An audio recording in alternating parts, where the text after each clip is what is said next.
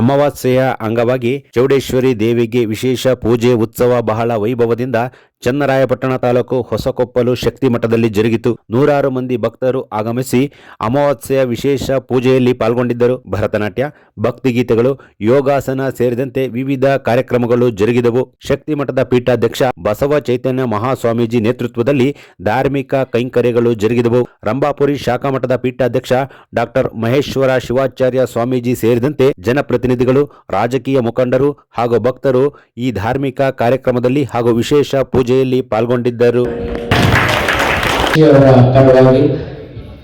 ಮಂಡಿ ಊರಿ ನಮಸ್ಕಾರಗಳನ್ನ ಹೇಳ್ತಾ ಈ ಕಲಿಕೆಗೆ ಎಷ್ಟೇ ಅಪಾರ ಮುಂದೆ ಗೀತಸ್ಸೆ ಧನ್ಯವಾದಗಳನ್ನ ಅರ್ಪಿಸ್ತಾರೆ.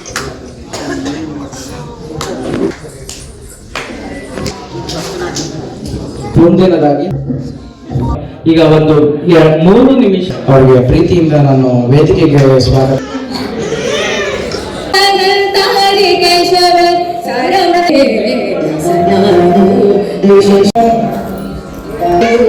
ನಮ್ಮಿಬ್ಬರ ಕಡೆಯಿಂದ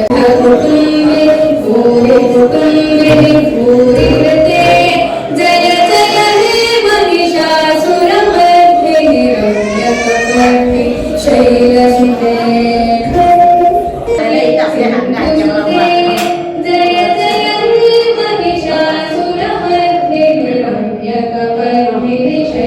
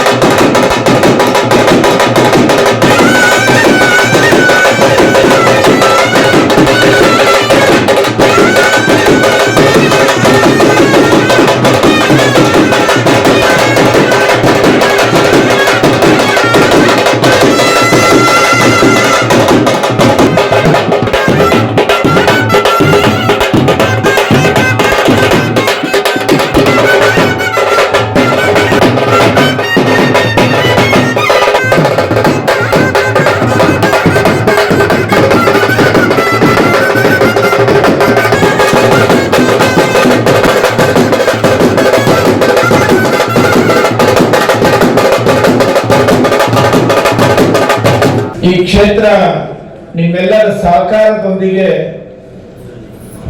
ವರ್ಷದಿಂದ ವರ್ಷಕ್ಕೆ ಬೆಳವಣಿಗೆಯ ಒಂದು ಪಥದಲ್ಲಿ ನಡೀತಾ ಇರ್ತಕ್ಕಂಥದ್ದನ್ನು ನೋಡಿದ್ರೆ ಆ ದೇವಿಯ ಶಕ್ತಿ, ಈ ಕ್ಷೇತ್ರದ ಶಕ್ತಿ ಎಷ್ಟರ ಮಟ್ಟಿಗೆ ಅನ್ನೋದು ಈ ಕ್ಷೇತ್ರದ ಅಭಿವೃದ್ಧಿನೇ ಒಂದು ಕಾರಣ ಅಂತ ಹೇಳಲಿಕ್ಕೆ ಈ ಸಂದರ್ಭದಲ್ಲಿ ನಾವಾದ್ರೂ ಕೂಡ ಬಯಸ್ತೀವಿ. ಅಂತಂದ್ರೆ ಇವತ್ತ ಬೇಕಾದಷ್ಟು ಶ್ರೀಮಂತರುಗಳಿದ್ದಾರೆ, ಹೌದಾ ಇಲ್ಲ? ಕೋಟಿಗಟ್ಟಲೆ. ನಿನ್ನೆ ಒಂದು ಹೊಸ ವಿಷಯ ಬಂದಿದೆ, ನಿಮ್ಗೆಲ್ಲ ಗೊತ್ತಿರ್ಬೇಕು. ಅಯೋಧ್ಯೆಗೆ ಒಂದು ರಾಮನ ಮೂರ್ತಿಯನ್ನ ಕೊಡುಗೆಯಾಗಿ ಕೊಟ್ಟೋಗಿದ್ದಾರೆ. ಯಾರೋ ಪುಣ್ಯಾತ್ಮರು, ಯಾರು ಕೊಟ್ಟರು ಅನ್ನೋದಕ್ಕೆ ಮಾಹಿತಿ ಇಲ್ಲ, ಆದ್ರೂ ಕೊಟ್ಟೋಗಿದ್ದಾರೆ. ಅದರ ಬೆಲೆ 35 ಕೋಟಿ ರೂಪಾಯಿ ಅಂತೆ. ಆ ಚಿನ್ನದಿಂದ ಮಾಡಿರ್ತಕ್ಕಂಥ ರಾಮನ ಮೂರ್ತಿ ಒಂದು ಫೋಟೋ ಫ್ರೇಮ್ ನಲ್ಲಿ ಕೊಟ್ಟಿದ್ದಾರೆ. ಅದು 35 ಕೋಟಿ ರೂಪಾಯಿ. ಯಾರು ಕೊಟ್ಟರು ಅನ್ನೋದು ಎಲ್ಲೂ ಕೂಡ ಅವರ ಹೆಸರನ್ನ ಬರ್ದಿಲ್ಲ, ಎಲ್ಲೂ ಕೂಡ ಮಾಹಿತಿ ಇಲ್ಲ. ಆದ್ರೂ ಆ ಕೊಡುಗೆಯನ್ನ ರಾಮನ ಒಂದು ಅಯೋಧ್ಯೆಗೆ ಕೊಟ್ಟಿದ್ದಾರೆ. ಇವತ್ತ ಬಹಳಷ್ಟು ಜನ ಶ್ರೀಮಂತರುಗಳಿದ್ರು ಕೂಡ ಆ ಶ್ರೀಮಂತರು ಅವರವರ ಕುಟುಂಬಕ್ಕೆ ಸೀಮಿತವಾಗಿರ್ತಕ್ಕಂಥ ಶ್ರೀಮಂತರುಗಳು ಬಹಳಷ್ಟು ಜನ ಸಿಗ್ತಾರೆ. ಆದ್ರೆ ಮಠ ಮಂದಿರಗಳಿಗೆ, ಬಡ ಅನಾಥಾಶ್ರಮಗಳಿಗೆ ದಾನವಾಗಿ ಕೊಡ್ತಕ್ಕಂಥ ಶ್ರೀಮಂತರು ಬಹಳ ವಿರಳ. ಹಣದ ಶ್ರೀಮಂತರು ಎಷ್ಟೇ ಇದ್ರೂ ಕೂಡ ಅವ್ರ ಉಪಯೋಗ ಬರೋದಿಲ್ಲ. ಯಾಕೆ ಅಂತಂದ್ರೆ ಅವ್ರು ಸಂಪಾದನೆ ಮಾಡಿದ್ದೆಲ್ಲವೂ ಕೂಡ ಬರೀ ಅವ್ರಗಳ ಖರ್ಚಿಗೆ ಆಗುತ್ತೆ. ಯಾವ ರೀತಿ ಖರ್ಚು? ಎಲ್ಲ ತಗೊಂಡೋಗಿ ಎಲ್ಲ ಆಗ್ತವೆ, ಬೆಂಗಳೂರು ಹಾಸ್ಪಿಟ್ಲಿಗೆ ಕಟ್ಟೋದು ಜಾಸ್ತಿ ಅಲ್ಲ, ಹೌದಾ ಇಲ್ಲ?